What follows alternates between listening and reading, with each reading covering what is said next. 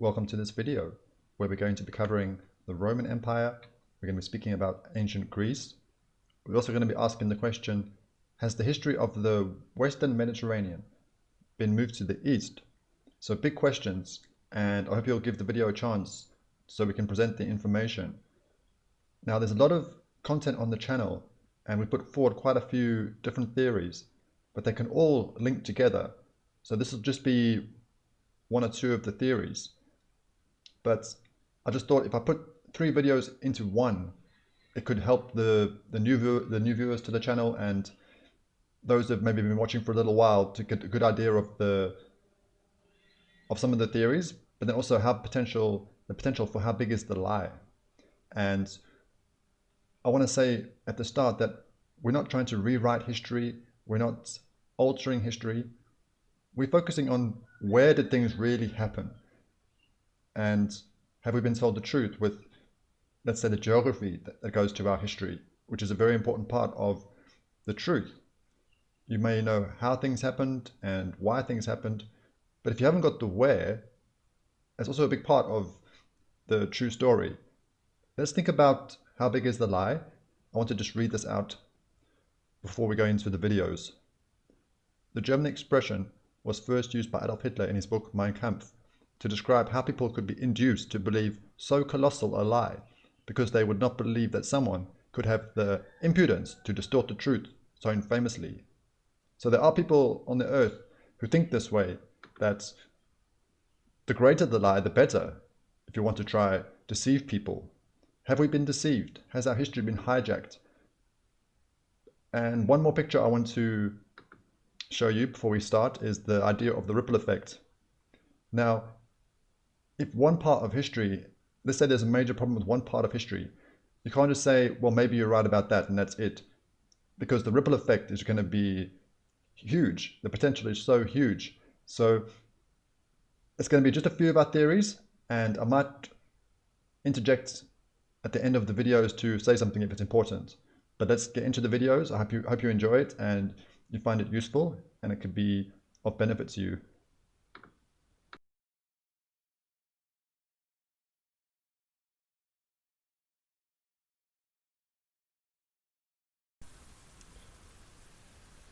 Welcome to the second part of our exploring an untold story of North Africa and the Mediterranean. In this video, we're going to be asking, has the history of the Western Mediterranean been moved to the Eastern Mediterranean? But what history are we speaking of? We did make a video about the Sea Peoples, so a mysterious seafaring confederation that attacked ancient Egypt. So it is hypothesized. So there's a lot of mystery and confusion still about the Sea Peoples and their origin. But what we did was, we just looked at these tribes and the information that's presented, and we tried to make our own map. So it is our interpretation for the information. But when we put it on the map, then what we can see is that what we're asking is, are the Sea Peoples, the seafaring confederation, is it a Western Mediterranean based empire or confederation? Because that's what it seems to be when you put these tribes on the map. So the Sheridan with Sardinia, the Shekelesh with Sicily, and Turesh with the Etruscans. So this ancient civilization of Italy, the Etruscans. And then we considered the Trojans. Could the Trojans actually be connected with the Sea Peoples? And can we make sense of the Sea Peoples exploring the Trojans? Because the Etruscan civilization of ancient Italy strongly connected with the Etruscans, connected with the Trojans. But then we learned from Herodotus that the Maxias, so a tribe of Libya, been connected with the Trojans, because it says these claim descent from the men who came from Troy. So that's why we have the Maxias here for Libya, because then it starts to look like some sort of maybe a migration or a connection between the Libyan world and the Mediterranean. But is it with the Trojans? Because we would then have the Etruscans connected with the Trojans, and also the Maxiers in Libya. And we did see in the previous video that the Etruscans are being connected with the Libyans by certain scholars. We saw this potential connection with the language.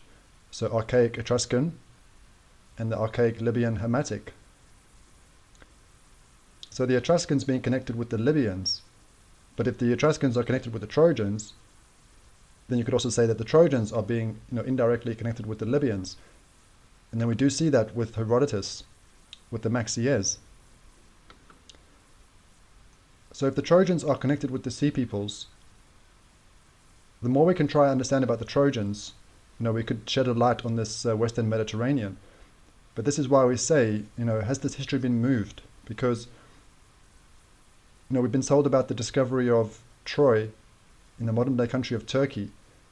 So when you think about the Trojans and the history, even though it's largely considered a myth, but when we do consider it for real, as a real historical region and a kingdom, we brought here to the east, and even the Sea Peoples, even though there's a lot of mystery surrounding them, we're told that the origins could be from the Black Sea or from the Aegean, so this region.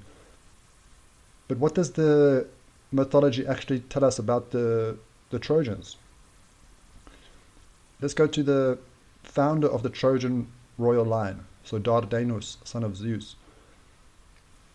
So the Trojans, also known as Dardanians because of Dardanus. But notice how it speaks about Dardanus and a daughter of Atlas. So the Trojans are connected to the Atlanteans. Now we spoke a lot in the previous video about the world of Poseidon. Let's go to a map. So we didn't actually show the Atlas Mountains in the previous video. So this mountain range of Atlas. So this world's very strongly connected with Poseidon and the sons of Poseidon, and the most famous being Atlas, king of Atlantis, or king of the Mauritania. But if the Trojans if Dardanus is intermarrying with the daughter of Atlas, that means there's going to be an Atlantean identity to the Trojans. Part of the identity of the Trojans is going to be Atlantean. So we see the Trojans now being connected with the West. So that's why we're trying to, see what more we can learn about the Trojans. But then it also goes on to say that Dardanus ruled as a king following Atlas. So remember now, Dardanus is the founder of the Trojan royal line. But he's ruling following Atlas. And we know from the legends and the myths, Atlas, king of the mythological kingdom of Atlantis, or the king of Mauritania. So we can see that the Trojans are being strongly connected with the mythology, to this region. But there's another very interesting connection here as well that really could, shed a light on this, because it's kind of considering an alternate origin for Dardanus, but it describes Dardanus as a Tyrrhenian prince. So the Tyrrhenians or the Etruscans. So this would be a very important detail, because this would connect the Trojans with the Etruscans or the Tyrrhenians. And that's what we're asking. Are the Sea Peoples connected with the Trojans? And now we're seeing the founder of the Trojan royal line actually being called a Tyrrhenian prince. And this is known as the Tyrrhenian Sea. So it does seem to actually start to make sense to really seriously consider the Trojans with the Sea Peoples. And now we're seeing this link between the Mediterranean and North Africa with the Berbers, so the Trojan Maxiers, and then the Trojan with the Etruscan. So what I'm just considering is this history of the Sea Peoples, this rivalry with Egypt. Is it like a continuing of that ancient story which comes to us from the mythology? So we were considering the mythology with this rivalry with Egypt and Atlantis. That's why we're asking, is it really a Western Mediterranean story? Because the sea peoples, we're told are attacking Egypt, and it's a combination with the sea peoples and also the Libyans. So it does seem like can we say, is there truth to what the mythology is saying? We're not going to just believe everything we read, but is there truth coming to us from the legends and the myths? But we have to also speak about Hercules, because in the previous video we did speak a lot about Hercules as the king of Egypt and being strongly connected with Libya, maybe even being a Libyan god. And we know about the pillars of Hercules. So Hercules is very strongly connected with this region. And also we spoke about Hercules as the founder of Sparta. But notice what it speaks about with this page on Sardus. That according to Sallust, Sardus, a son of Hercules, left Libya along with a great multitude of men and occupied the island of Sardinia. And it was named after him. So Sardinia being named after a descendant of Hercules, Sardus. So the reason why we're focusing on the mythology is because when we look at the archaeology, or looking at what we can actually see in front of us. Now we're looking, let me just show you on a map. So we're speaking about Sardinia, this island of Sardinia, and we have this civilization that's called the Nuragic civilization, and it looks to be a very advanced civilization. We looked at some of these pictures. So who's responsible for this masonry work? And we don't really have history that matches what we're seeing. What is the history that goes alongside this? These kingdoms, or should we say these settlements or this civilization? And we looked at this picture in our series. You need to have the history that matches what you're seeing. You can't just say that, okay, this is called the Nuragic civilization, and we have this advanced civilization in Sardinia, but no real connection to history or who's responsible. But we do have other researchers, so we're not the only ones that are seriously considering this. We do have some researchers that say that we should seriously be considering the Sheridan as the people who would be responsible or involved with this civilization on Sardinia. So we're not the only ones that are saying this. But then if you have the Sheridan here, does that mean really that the Sea Peoples were a Western Mediterranean confederation? So very interesting for Sardinia. But what I want to try link it to is Hercules, because is the mythology actually giving us the history to go with the what we're seeing, with these civilizations that we're seeing? Because Hercules has been connected with Sardinia. But notice the direction of the movement. So descendants of Hercules from Libya to Sardinia. So it's just interesting, the migration movement from Libya to Sardinia. And remember how we're speaking about the Etruscans being connected with the Libyans. So it does seem to be quite a plausible link here that that needs to be investigated.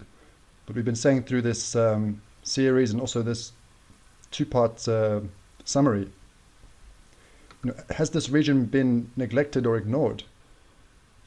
Why doesn't it get more funding and more research, and trying to take it more seriously, what the mythology could be telling us? So what I'd like to do in the second part of this video is try to tie the two videos together if we can. So in part one, we did spend quite a bit of time speaking about the Spartans, looking for the Spartans towards the Atlantic. But we know that the history of Sparta is also going to be linked to Athens. The two very famous Greek city-states, Sparta and Athens. So if we only had information for the Spartans towards the west, nothing for the Athenians, then you could say that would be quite weak.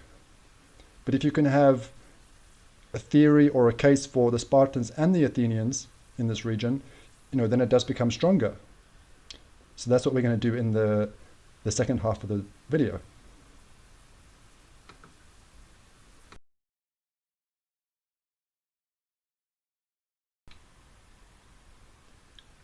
Okay, so before we start the second half of the video, I just want to draw your attention to another one of our playlists, the Roman Empire and the Holy Land.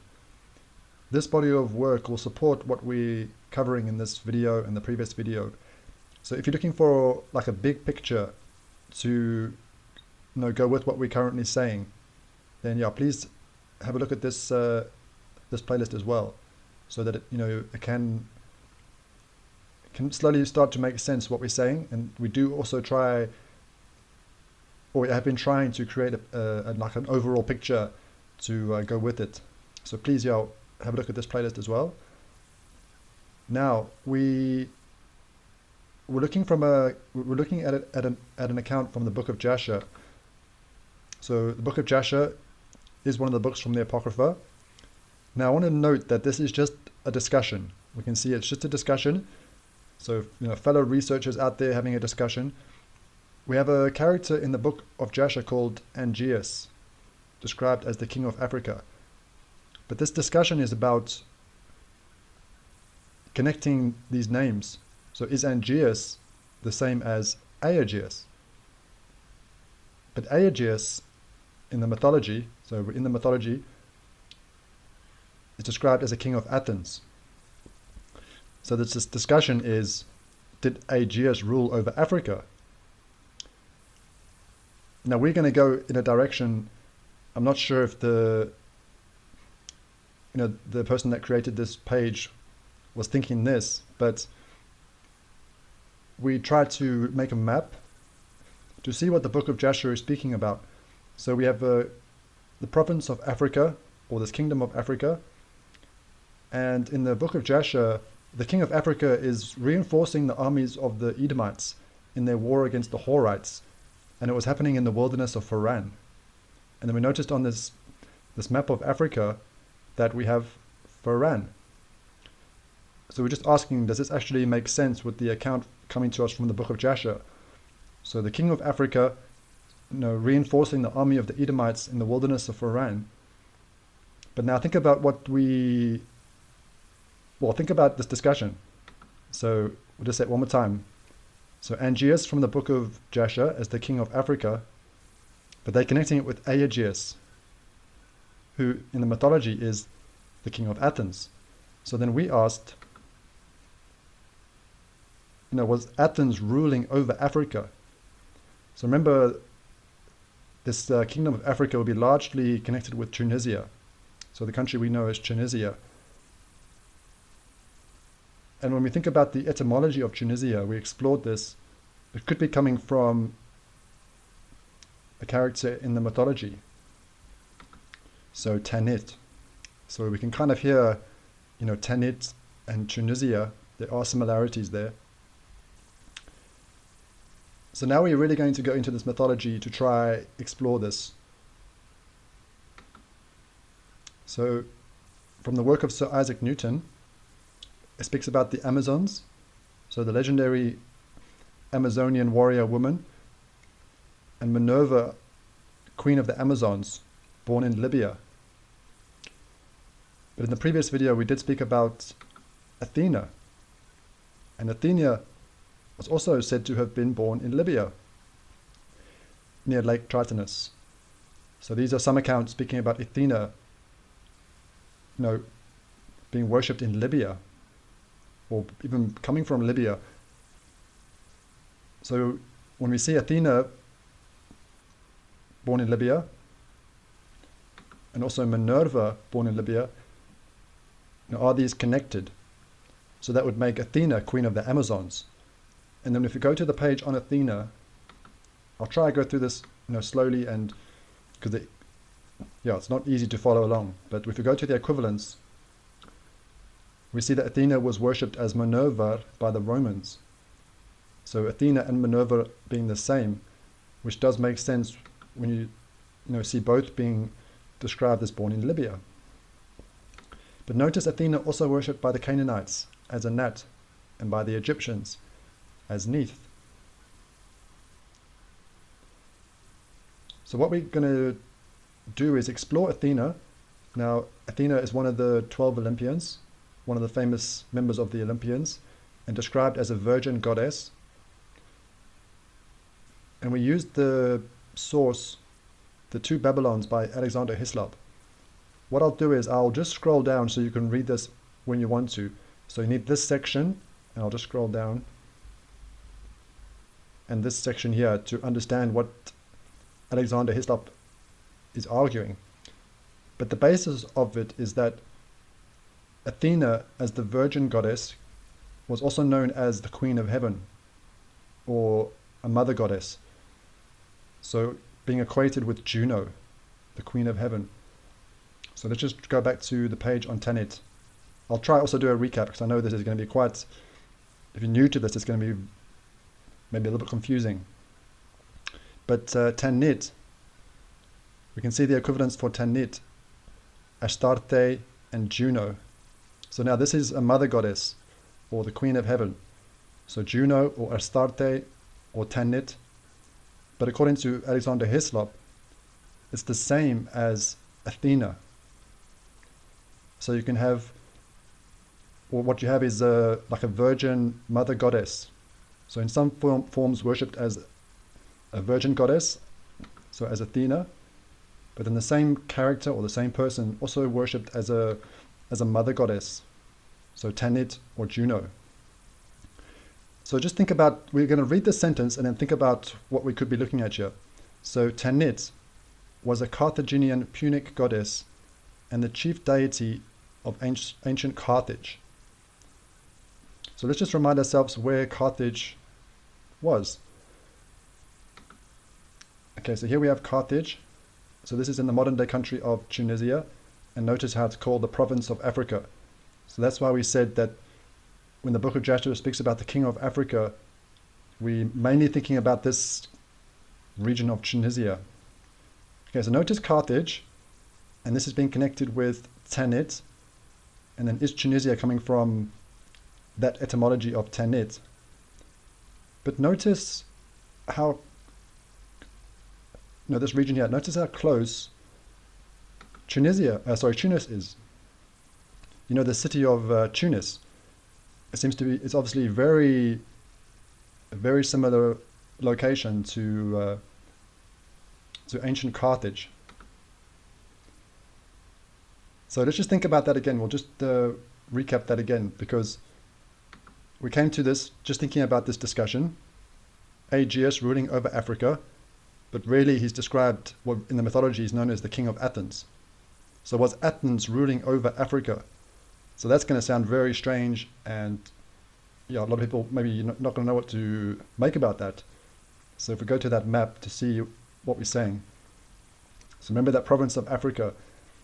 So was Athens ruling over Africa? So what we're saying is, was Athens ruling over what we call Tunisia? But what we can see is that, Tunis being the capital city, you could say Tunis does rule over Tunisia because, even the name of the country is being influenced by Tunis. But trying to understand all this mystery and this mythology, Alexander Hislop is saying that Athena, so the virgin goddess, is the same as Juno, the Queen of Heaven. So like a virgin queen mother. So some in forms worshipped as a virgin, and then some form of worship as a Queen of Heaven or as a mother goddess. So let's read that sentence again.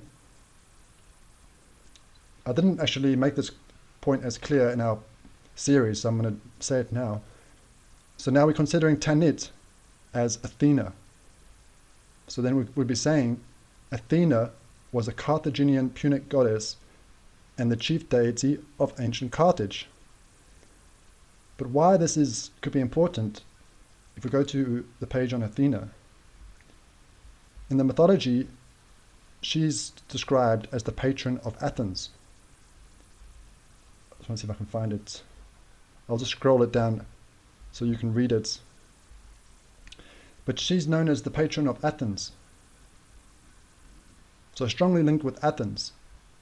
But if she's the same as Tanit, then you also see how Tanit is connected with Carthage as the chief deity of Carthage. And then notice the proximity. I'm just going to go through those details again. So notice the proximity of Carthage with Tunis. So now we're thinking about this word Tunis because, is that really connected with Tanit? But is it also connected with Athena? So Atunis. So I know, a lot to take in, but it could be very important. Just thinking about how we tried to come into the second part where we said, we're looking for the Spartans towards the Atlantic. We spoke about the Spartans coming into Libya to colonize parts of Libya. So we're making a case for the Spartans in this region, and also with that very interesting connection with the cordage. But you can't really consider the Spartans for this region without the Athenians, because the history is tied together. And now we just coming to this information in a bit of a strange way with this discussion. Did Aegeus rule over Africa? But he's described as the king of Athens. So is Athens connected with Tunisia? With Tunis? That's the theory that we're going to be asking. But also I want to tie it to just a few other things that we spoke about in the previous video. So we did speak now, if we wait for my computer to catch up, I think even my computer is a little bit overwhelmed with this. But so Minerva as queen of the Amazons, or Athena as queen of the Amazons. So we do see Athena connected with Libya. So that's important. But even coming closer to our time, we looked at this example of Kahina, the Berber queen of the Ores, a religious and military leader. So a military leader of the Berbers. So should we be taking the mythology more seriously? The Amazons, these warrior queens in Libya, when we're actually seeing, coming closer to our time, so the 7th century AD, a warrior queen of the Berbers. So I think that's going to be it for this video. It's a very obviously big questions that we're asking with has the history of the Western Mediterranean been moved to the east? And it's not just the legendary history of the Trojans. We can see that it also could be connected with the Spartans and the Athenians.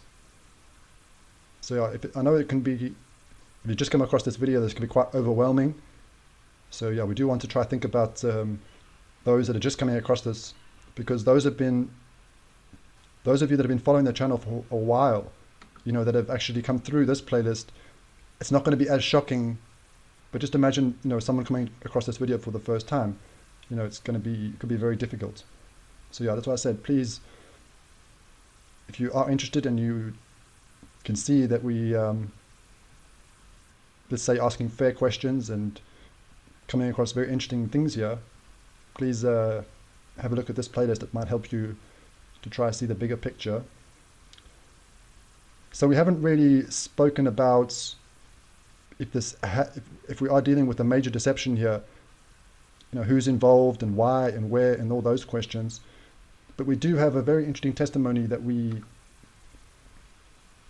covered when we tried to just look at the Pelasgians.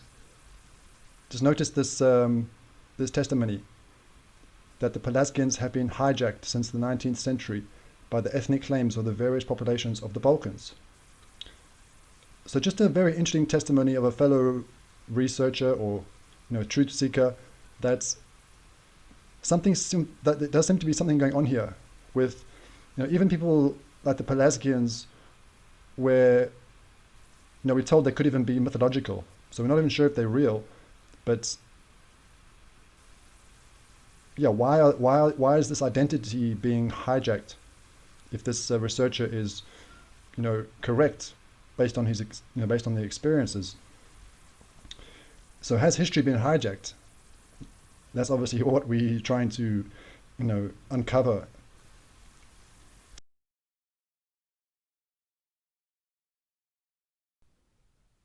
Thank you for watching that first video. We're now going to transition into the second one.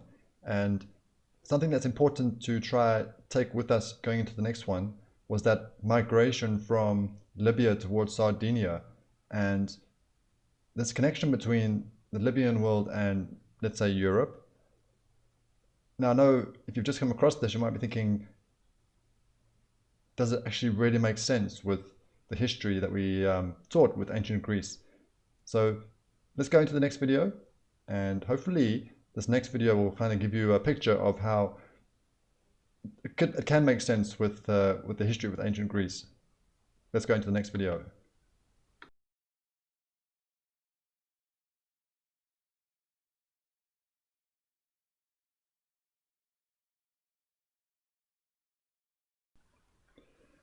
Welcome to this video. I hope you're going to find it thought-provoking, maybe hearing something that you've never heard before about the ancient Greeks. And what I'm going to do is put the links to our recent videos in the description below. If after watching this you are interested and would like to maybe catch up with our discussion, look for those links in the description. Let's get into this video.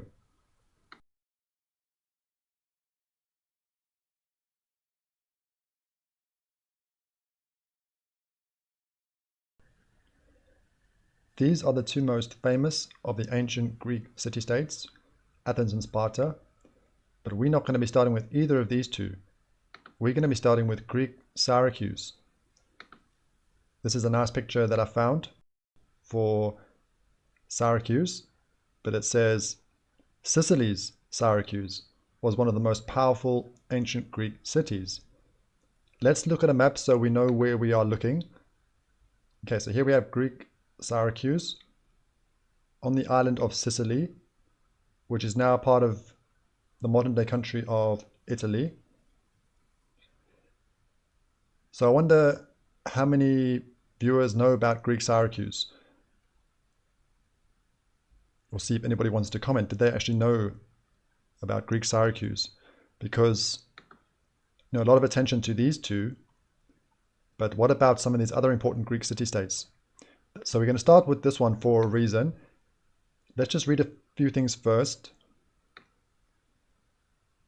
So it says it was one of the largest Greek cities of the ancient world. And let's read this part here as well. By the 5th century, I think it's supposed to say BC, Syracuse was able to equal Athens in size. And in the 4th century BC controlled much of Sicily. And then at its peak, it was one of the major powers of the Mediterranean world. So one of the major powers, but how many people know about Syracuse? And I know those that are very much in love with the history will say surely everyone knows about it, but let's see if anybody wants to say anything in the comments. Also, we need to introduce Magna Graecia. It says Syracuse was the most important city of Magna Graecia.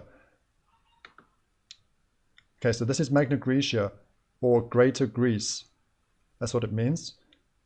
So for the Romans, they referred to this lower part of the modern day country of Italy as Magna Graecia, or Greater Greece. And then we also have this other term for the Greeks, Hellas, and we will speak later in the video about these two terms. So why did we start with Greek Syracuse? It's also, this video is related to our previous videos that we've been doing. We were speaking about the Indo-European language family and said that it was the Greek civilization that brought us to this map because we were working with this source, the African origin of the Grecian civilization, and we were trying to bring out the points or the arguments from the source in a fair way. We weren't saying that we agreed with everything in the source, but that we are taking it seriously. And it wasn't an unbiased video. I did say, I think there's merit or there's substance to this. So that's why we are continuing to work with it.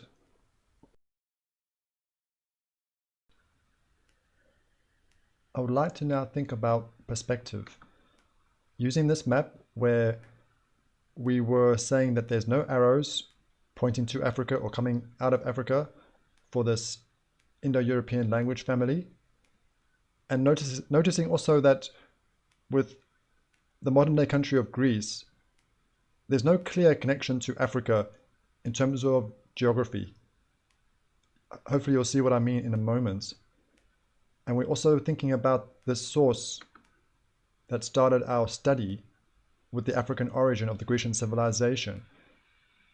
Can we see a picture or come across information where it actually could make sense what's being said? Okay, so let's go to a map, a simple map that I'm using for this video, and putting Magna Graecia or Greater Greece on the map so we can see it. And how could this help with our perspective for ancient Greece? So the first thing I want to note or bring to your attention is that I see this as a very close connection point with the modern day country of Tunisia or North Africa and this island of Sicily. I would like to describe Sicily maybe as like a stepping stone. To me, it seems almost like a stepping stone between North Africa and this Italian peninsula. So this is the main point that I would like to bring out from this part. Thinking about this perspective, so Greek Syracuse brought us to also consider Magna Graecia, and thinking about what this source was bringing out about an African origin. How important is perspective and these maps that we're using, where with this map, you don't really get the same perspective of how there could be an African origin for the Grecian civilization as compared to this map, where we see a much closer contact point, if you want to say, between Europe and North Africa the way we see that today.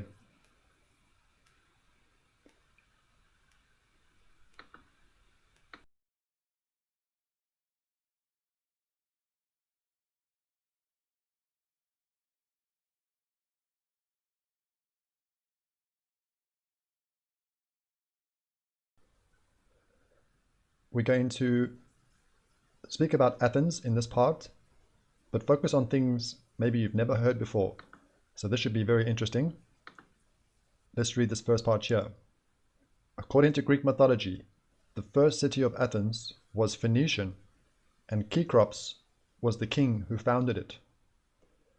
So this might sound a bit surprising, this famous Greek city of Athens, but it was first Phoenician, and then that's going to open up another avenue for discussion or investigation. Who were the Phoenicians?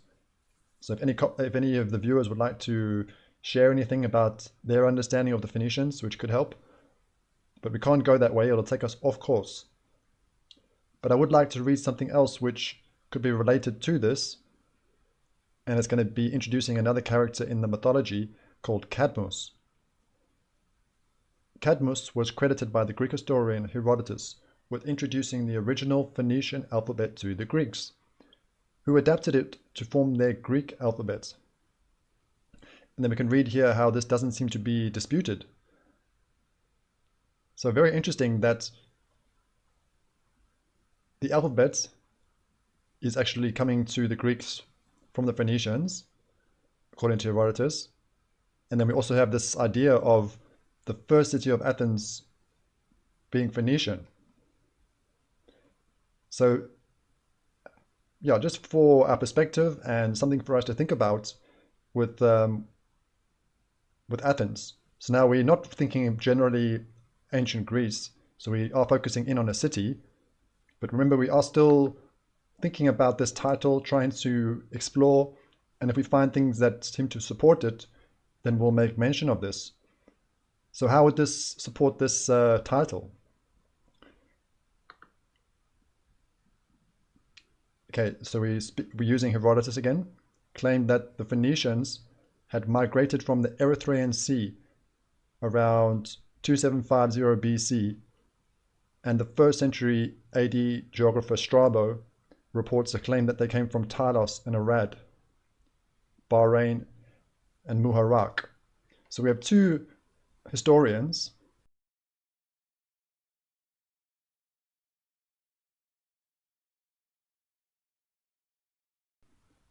speaking about the origin of the Phoenicians and giving a similar geographical region. If we go to a map, okay, so this is the page for the Erythraean Sea. So we see it, we have this, this marker here by the Horn of Africa. Let's go to a different map so we can see. So the Erythraean Sea being connected with this region of the world. And some of these Greek historians saying that this is actually the origin of the Phoenicians. And we're learning that the Greek alphabet being influenced or originating with the Phoenicians.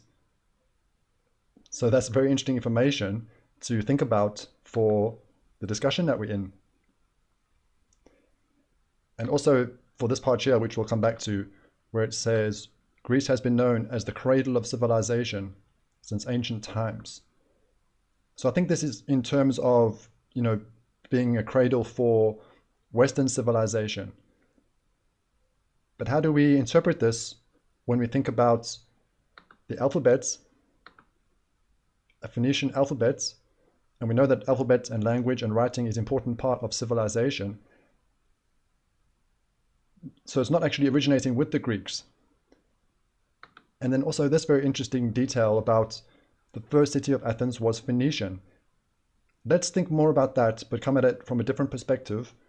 We're going to use a historian called Diodorus Siculus, an ancient Greek historian, and he wrote a monumental universal history. So Herodotus is known as the father of history, but we're using another famous historian here for this work. And I just wanted to share this with you as well. This is very interesting.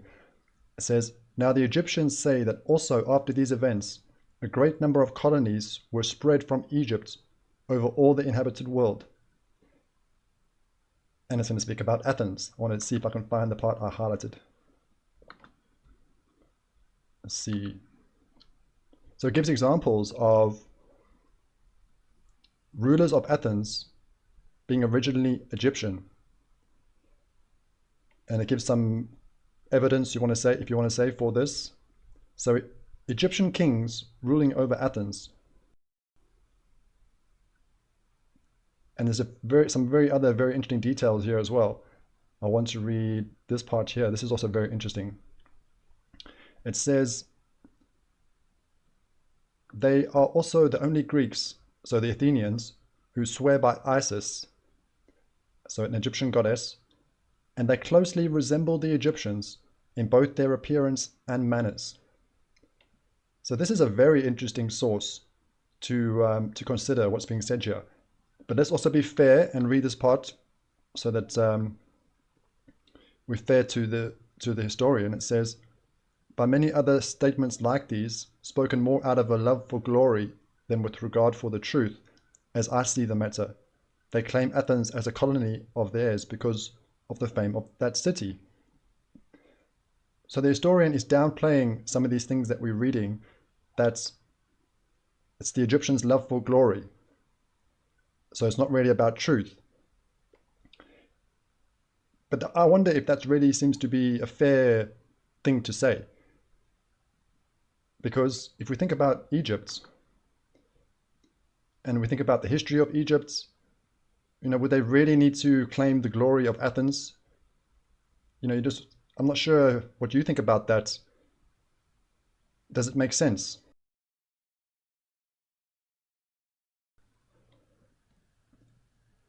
I'm not saying that we have to believe straight away what the Egyptians are saying, but should we not consider it and think about other things that we've learned, or look for other sources or information which could explain it or help us with our perspective?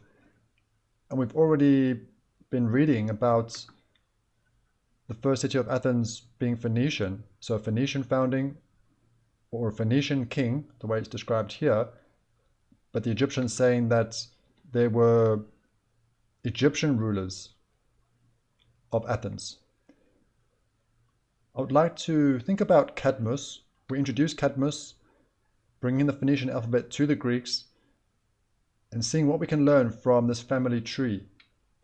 It's not straightforward, this, because we see with Cadmus, it says that Cadmus was a legendary Greek hero, but then also described as a prince of Phoenicia.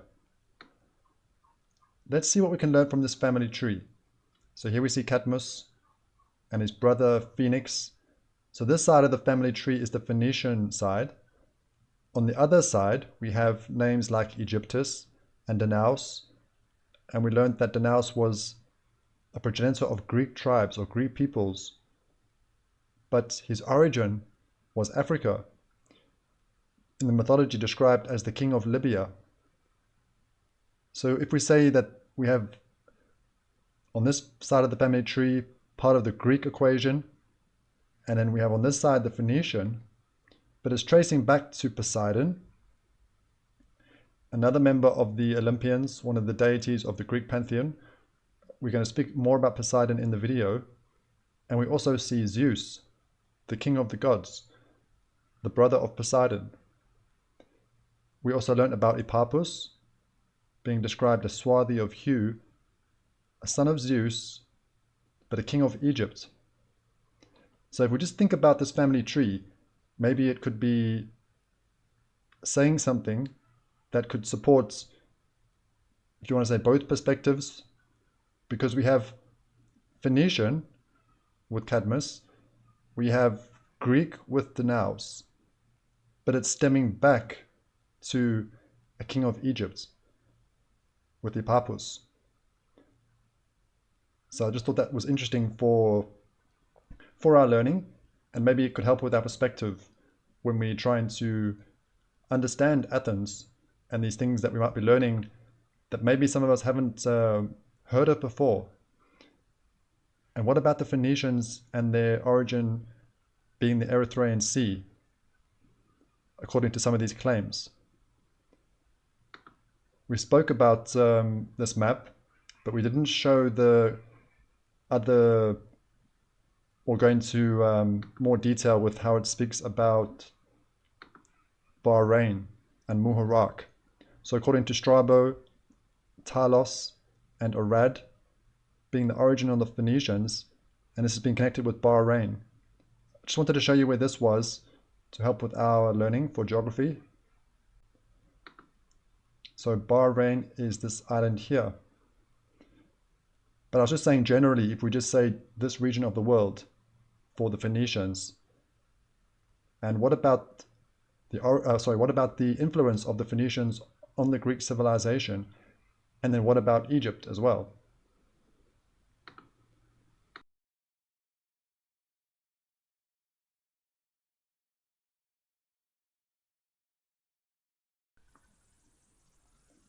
In this part, we're going to be considering a moment in Alexander the Great's life where he had to prove he was a Greek. And this was in order to participate in the Olympic Games. So in this period of time, the right was only reserved for Greeks. And a part of this is that you had to prove your genealogy. So they're making Alexander a prince prove his genealogy, and Alexander claimed to be a Heraclid, so a descendant of Hercules or Heracles, a son of Zeus. This is something interesting for us to think about when mythology meets history. We have historical Alexander the Great, but claiming to be descended from a god. Is this something we should consider and think about, that in our past and in our history, we have people who believed that they descended from a god or demigod with Hercules? And what about the fact that to be a Greek, what does that mean in this point in time? We can see that there is this, or should I say this, I want to say this importance. It seems to be an importance to genealogy, to be able to say that you are a Greek, that you had to prove your genealogy. And did it have to go back to Hercules to Zeus. So that's interesting to think about, which will go into our next part. We're going to continue this train of thought going into our next part. But before we do that, I want to read a term called euhemerism. It says, it's an approach to the interpretation of mythology in which mythological accounts are presumed to have originated from real historical events or personages. So with this perspective, it would be considering that the Greek god Zeus was a real person, so not a god, and looking for truth in these myths and legends. So we're going to continue with this train of thought going into our next part, thinking about when mythology meets history, how do we interpret this, or how does it influence our perspective looking back on the past and also ancient Greece.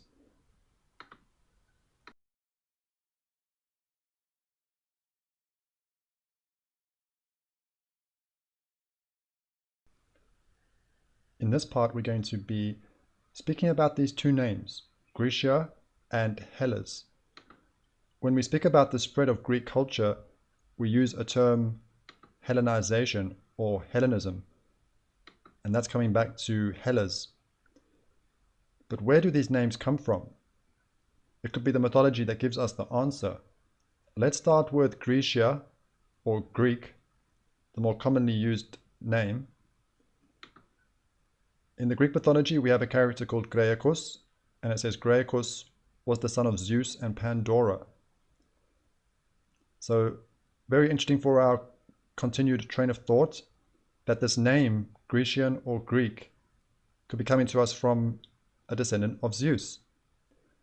But this is where it now gets confusing, because if we think about the other name, Hellas, we have another character in the mythology called Helen. And it says Helen is the ancestor of the Greek peoples. I don't want to introduce too much in this video, but if we just mention that there were different branches to the ancient Greek peoples, and the different branches would be coming from the sons of Helen. But now this is going to be a bit confusing, not straightforward, because it says he is the child of Deucalion or Zeus. But that could become quite a big distinction between those two.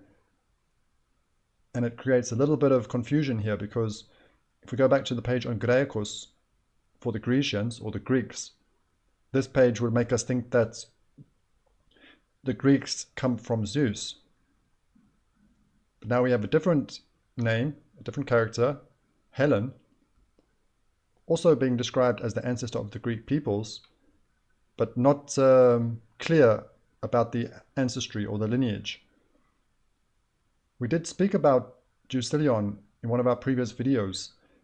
We used the source of Sir Isaac Newton, his chronology, and we learnt about a very interesting perspective, that in this mythology we have Japetus or Iapetus, and if you haven't watched that video, if you just come across our channel watching this video, this character Deucalion traces back to Iapetus in this mythology.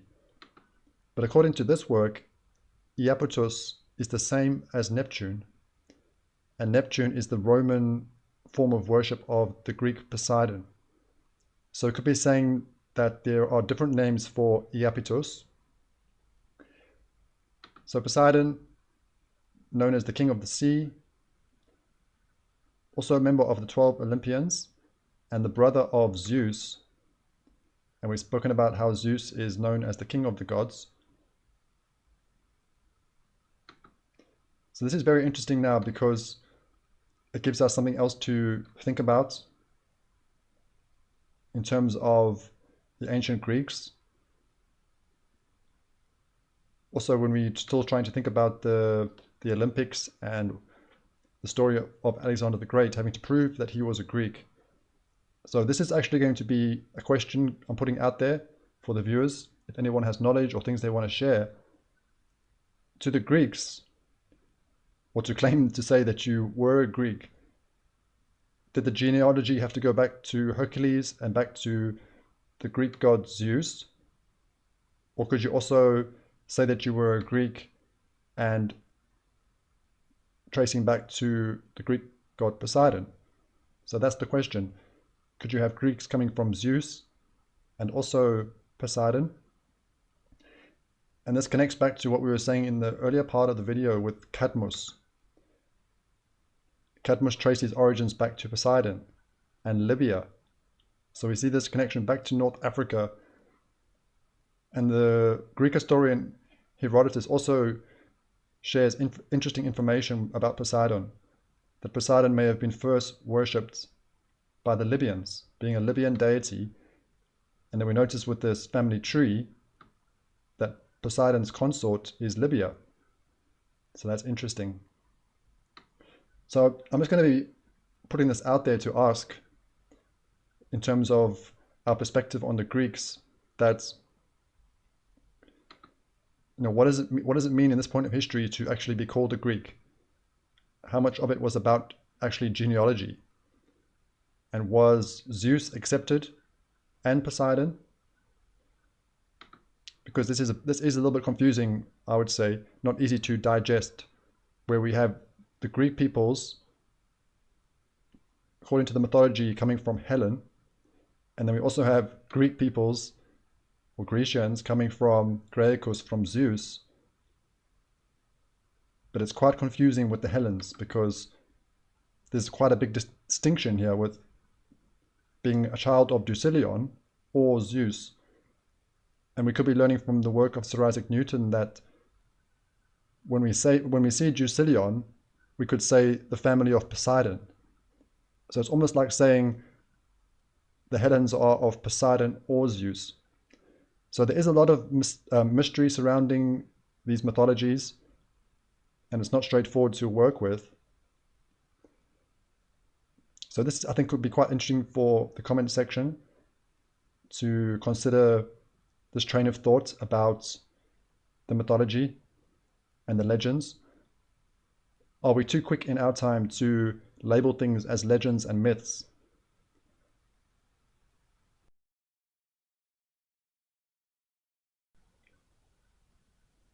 Thank you for watching the second video. I hope now you can see what I was trying to say about how those two videos can work together. Thinking about Magna Graecia and thinking about Greek Syracuse, we see the close proximity between Greek Syracuse and Tunis in Tunisia. And can it actually make sense, the picture we're looking at, even though it can be difficult to digest what we're putting forward with these theories? But could the Greek world merge into North Africa with this close proximity between Sicily and Tunisia? Now we're going to go into the third video, so we can really start to think about this idea of the ripple effect, because like we said in the intro, let's say we are right with this theory. You can't just say, okay, maybe it's just the history of ancient Greece. It can't work like that. There's going to be a huge ripple effect.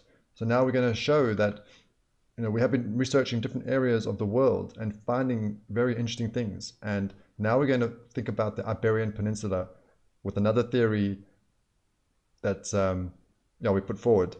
So let's go into the third video, and then we'll say something at the end of the whole video.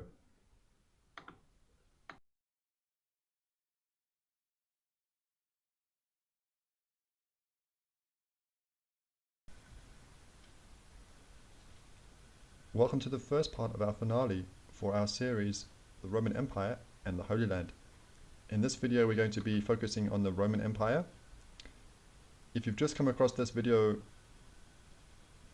then please remember that this playlist, this body of work, is supposed to go with this video, so it all, ties into it.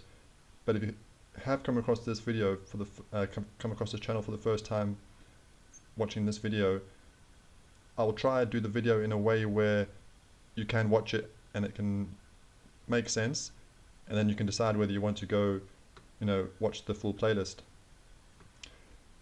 I'd like to do a disclaimer first. We're going to be using two videos from YouTube. So this one, the history of Rome every year from Balkan history, and also this video, the history of the Romans every year by, I think it's Emperor Tiger Star. So thank you to these content creators for making these videos so we can watch and we can learn from. And just a disclaimer that these videos are in the public domain, and we just want to make fair use of them for educational purposes. So that's what we're going to do. We're going to focus in on this Roman Empire. Let's get started. Okay, you can read that if you want to. Pause it and then read it. Let's go jump to the next milestone in this Roman Empire. Okay, so it says here that Rome is established 753 BC. Now, this is a mythological founding. So I don't know if we can trust this date, the fact that it's based on myths, but that's the date we're given for the founding of Rome. And we did speak about that with the, was there like a foreign influence on this founding of Rome with the Trojans? Okay, let's go to the next major moment.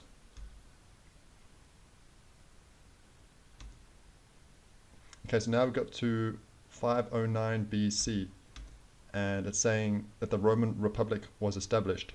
So let's speak about this. If we go to a map of Italy, we can see we've got the Etruscan civilization to the north, and then we've got the Romans, and this is known as the land of Latium, and the capital Rome. So it's saying that Rome started as a settlement, but it did develop into a very powerful city-state. But the Etruscans were ruling over this region. There was kings ruling over Rome, and that's what they're saying at this point. The Romans threw off that rule, and the last they say this could have been the last of these kings, of the Etruscans. I don't know if I'm going to try to say this name, but I'll try. Lucius Tarquinius Superbus. So this history is a little bit legendary. So, take it as you will, but this would be the Romans throwing off the Etruscan rule. And remember how we've been speaking about this foreign influence on the founding of Rome. Could it have been the Trojans? But I also want to show you the connection with this word to the Hittites, because we also spoke about that. This word Tarkin, scholars are connecting this with the Hittites, with the word Tarkin or Tarku. So it's this Hittite influence. So that's what we were saying about this foreign influence or foreign founding. The Etruscans, quite mysterious people, been connected to the Hittites, to the Trojans, and the Thracians. But now the Romans are throwing off this rule. That's where we are with this date, and then no longer ruled by a king. Now they found Rome as a republic. Okay, let's jump to the next important moment. So what we're going to do is actually look at a few moments when Rome was in great danger in its early history. So let's go to the first one. It's going to be the sack of Rome by Brennus, leader of the Senones. So we have this Celtic leader, or this leader of the Gauls, and it says that he sacked Rome, but it obviously wasn't complete devastation, because Rome did recover. It did come back stronger, but it says here this was the only time in 800 years the city was occupied by a non-Roman army, before the fall of the city to the Visigoths in 410 AD. Now, we only have the sources from the Roman accounts, so can we trust just having Rome's take on this history? Is it a fair assessment? There are some other accounts by the historian Geoffrey of Monmouth, but that's not really accepted in historical circles. But there is actually another account of this with the British historian Geoffrey of Monmouth, which is interesting, but I don't want to go off course in this video. So this was obviously a very dangerous moment for Rome. Let's have a look at the map. So this would have been Celts or Gauls coming in from the north and sacking Rome, but obviously not complete. So this is the first dangerous moment we're going to look at, and we can see that it's coming from the north. That's the theme we're going to be speaking about, this danger for Rome from the north. Okay, let's fast forward in the video to go to the next dangerous moment. And if we just go back to this map just to speak about this quickly. So, in order for Rome to take control of this peninsula, they're going to have to absorb and conquer these surrounding tribes. And the first thing they're going to have to do is conquer this region that's known as Latium, so the land of the Latins. That would be the first, part of their conquests.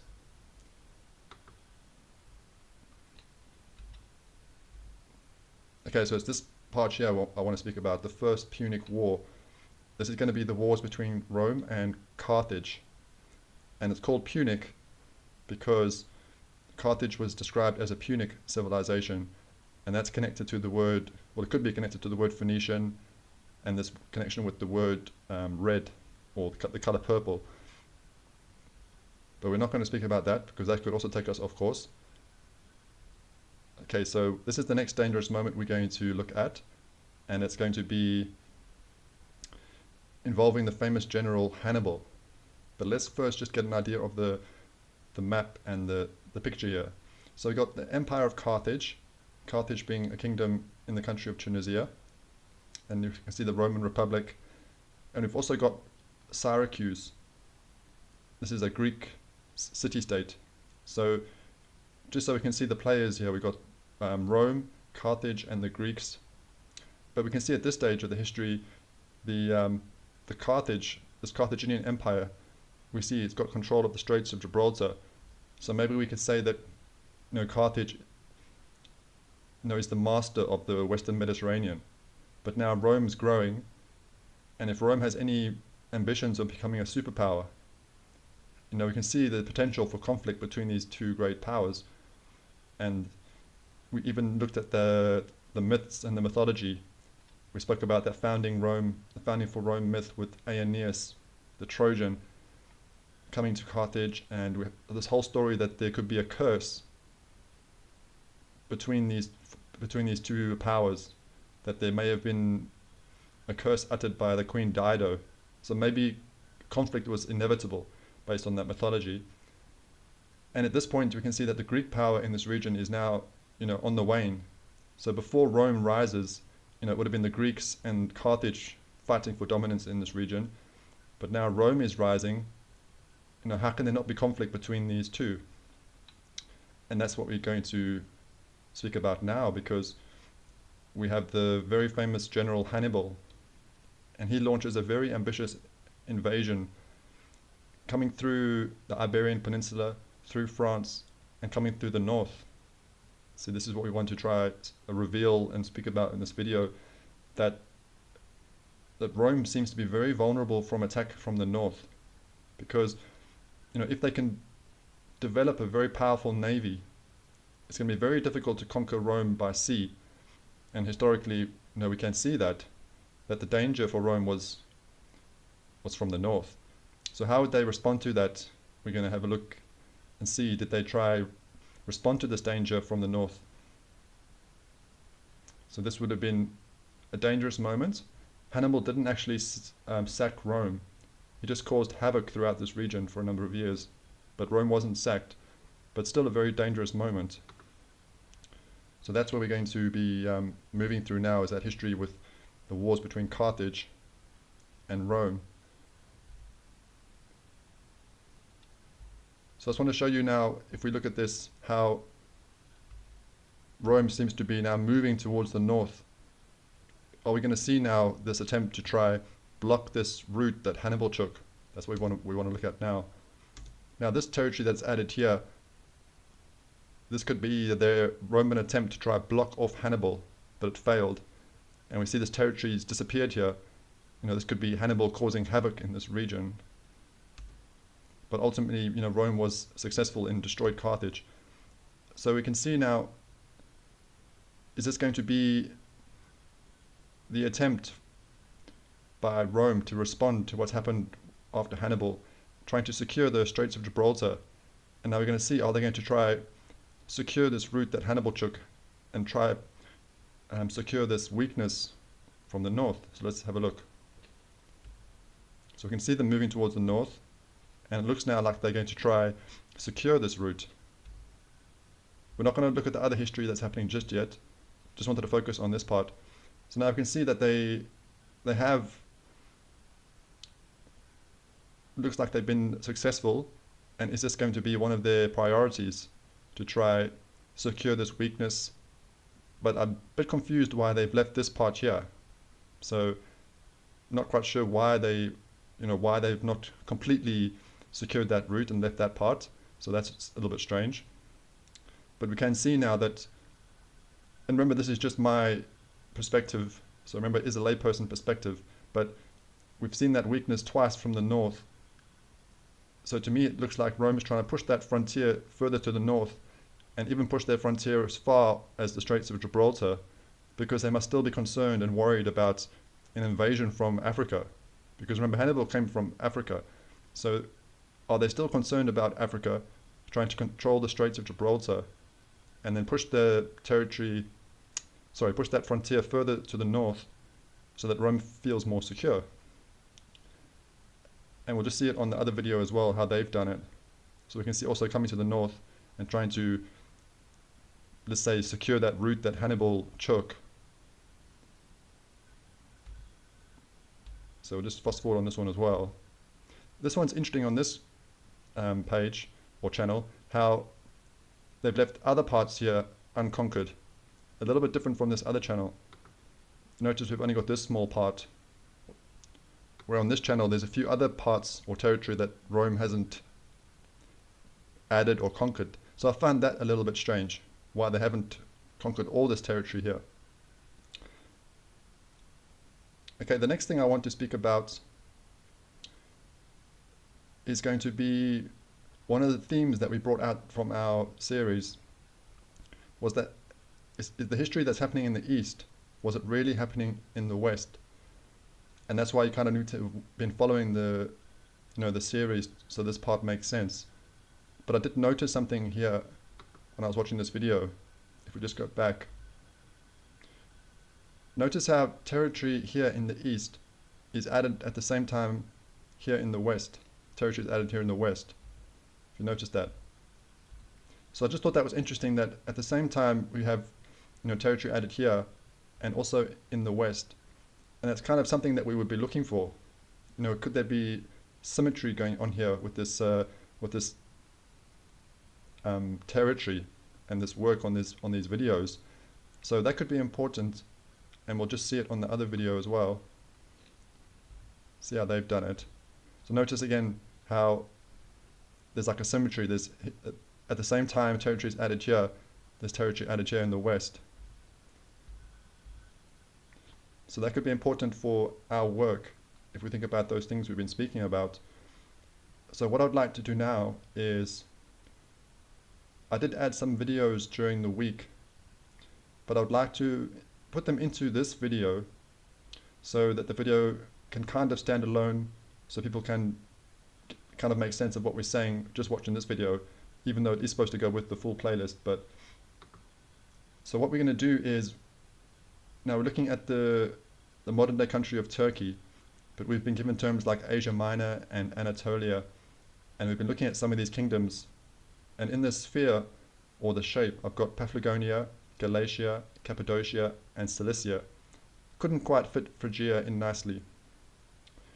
But I want to play you a video where we look at these 4 kingdoms, and we're trying to provide information and sources that could be showing that these kingdoms were really supposed to be in the West.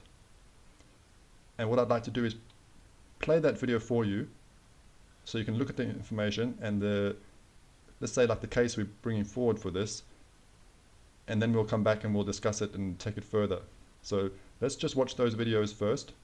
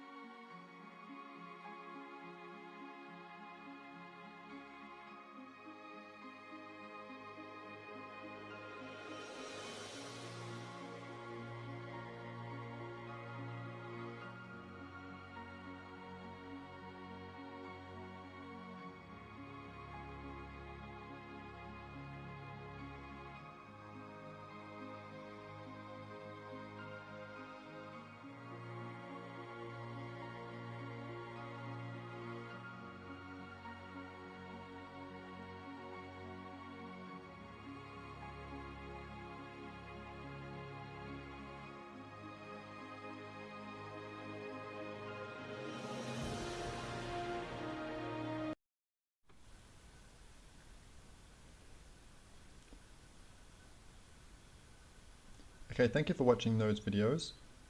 So I wanted to put all those videos into this one because you're going to see that what we're putting forward here is very important, and I wanted some information in this video to support what we're about to say. Notice also that in that history was speaking about Alexander the Great with Phrygia, but we didn't actually have a video on Phrygia there because Phrygia was a bit more complicated. It wasn't so straightforward. So I couldn't make a short video for Phrygia, but we do have information on the channel also speaking about Phrygia.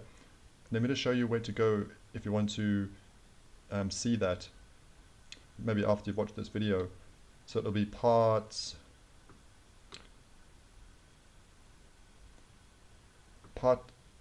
19 and part 20, going into 20. So Phrygia was a bit more complicated, so I couldn't do a short video for that one, but we do speak about Phrygia as well. So let's actually look at Alexander the Great as I try to explain how I want to end this playlist or the series. We're going to look at the map of Alexander, and this is showing his route or his conquests. So Alexander coming into Asia Minor the way we've been told, and he comes to Phrygia. Let me quickly show on the map. So he comes to this region of Phrygia. Now this obviously is what we've been presented with. I'm going through what we've been told and presented with the maps. But he then comes down to Cilicia, so into this region here. But what I want to speak about is that in order to come into the land of Phoenicia or Syria, he's coming through Asia Minor. He comes from the north. So in order to conquer Phoenicia, he comes through Asia Minor and he comes from the north. Now, would not the Romans have to follow the same route? That's what we want to try to establish here in this video. So if we go back to these videos, and I want to show you now how Rome also has to follow the same route and also comes from the north. Let's go through this together.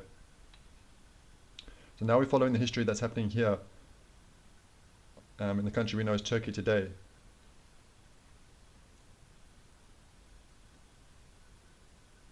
Okay, so we see here that Egypt becomes a part of the empire here in 79 BC. But they're not going to take Phoenicia or Syria from the south. It's going to be from the north. But they've already got control of Egypt. Okay, notice how we have this territory being added here.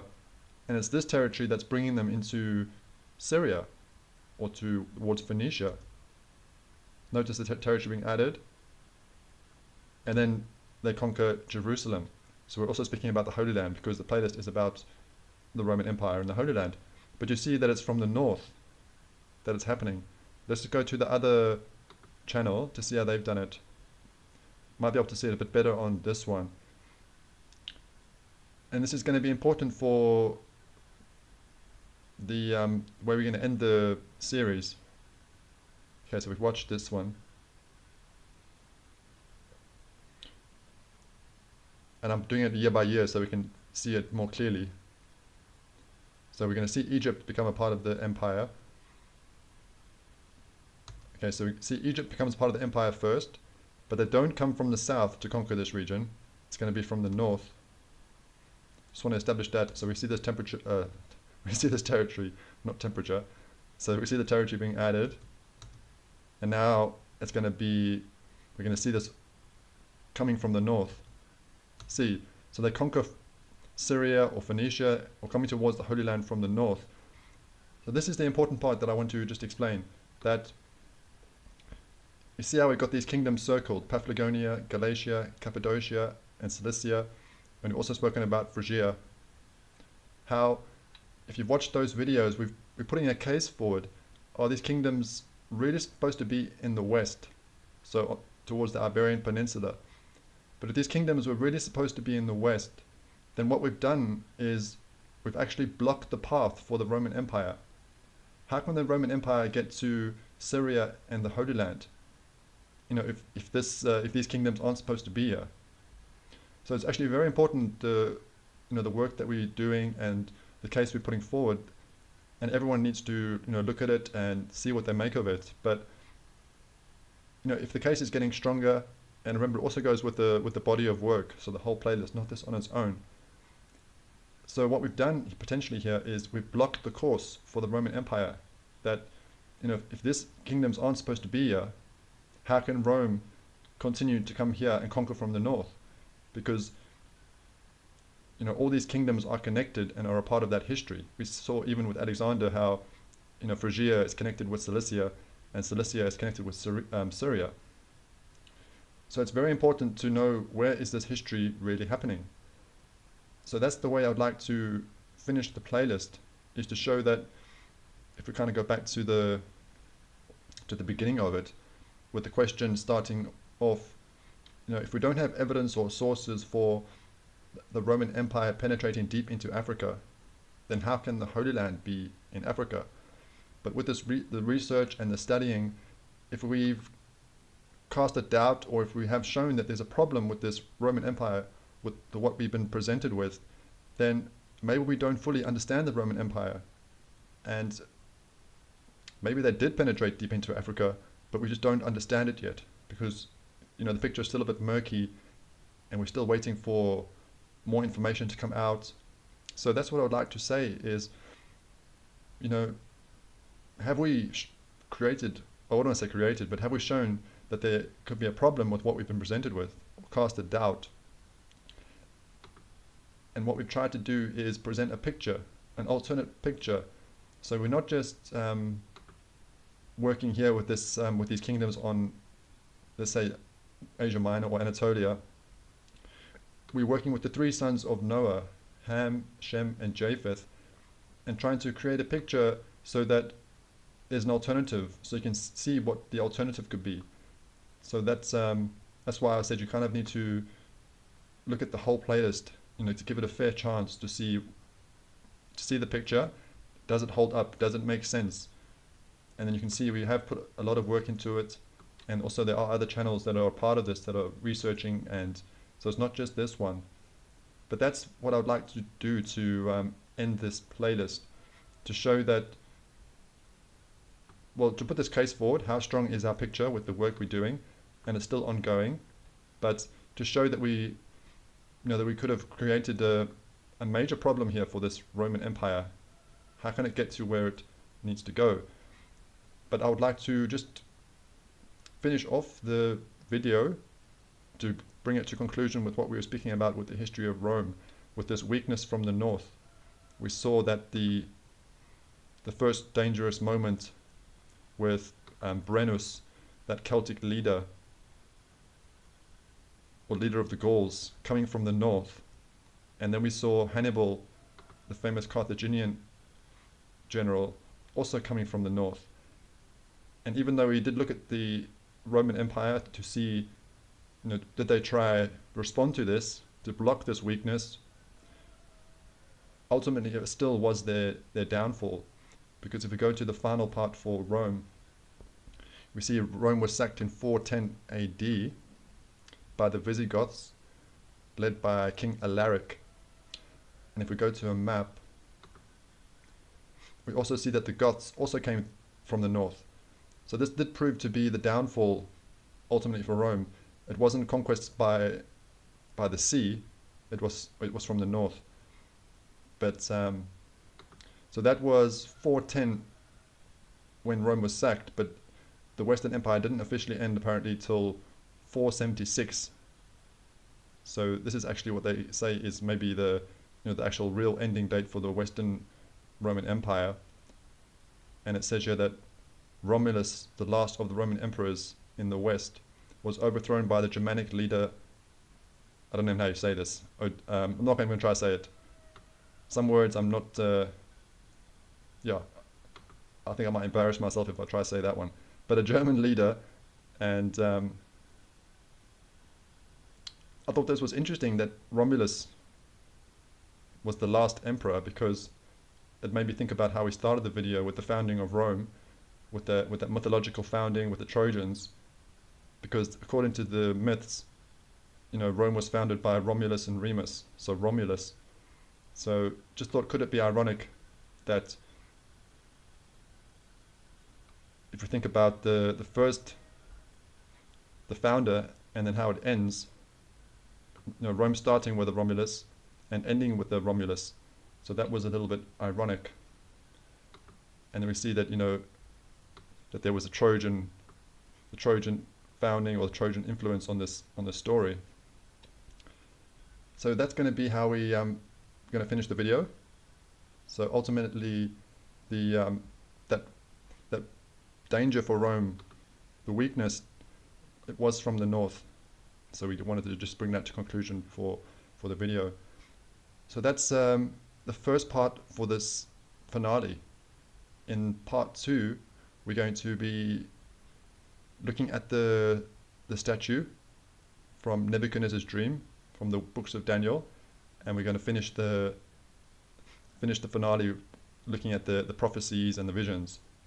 So thank you for watching this video, and we'll see you in that next one.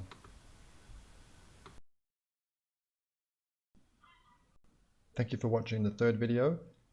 I wanted to put that information on the map so that it might help viewers, because there may be some confusion with what we're saying if you can't actually see it. So this is roughly where we would place those kingdoms, and it's not exact, so it's a theory, but just to give you an idea for those kingdoms: Galatia, Cappadocia, Phrygia, Cilicia, and now hopefully it will make more sense and you can see it clearly that we're saying, how can the Roman Empire be moving this way and coming to conquer further this way if these kingdoms were really in the west?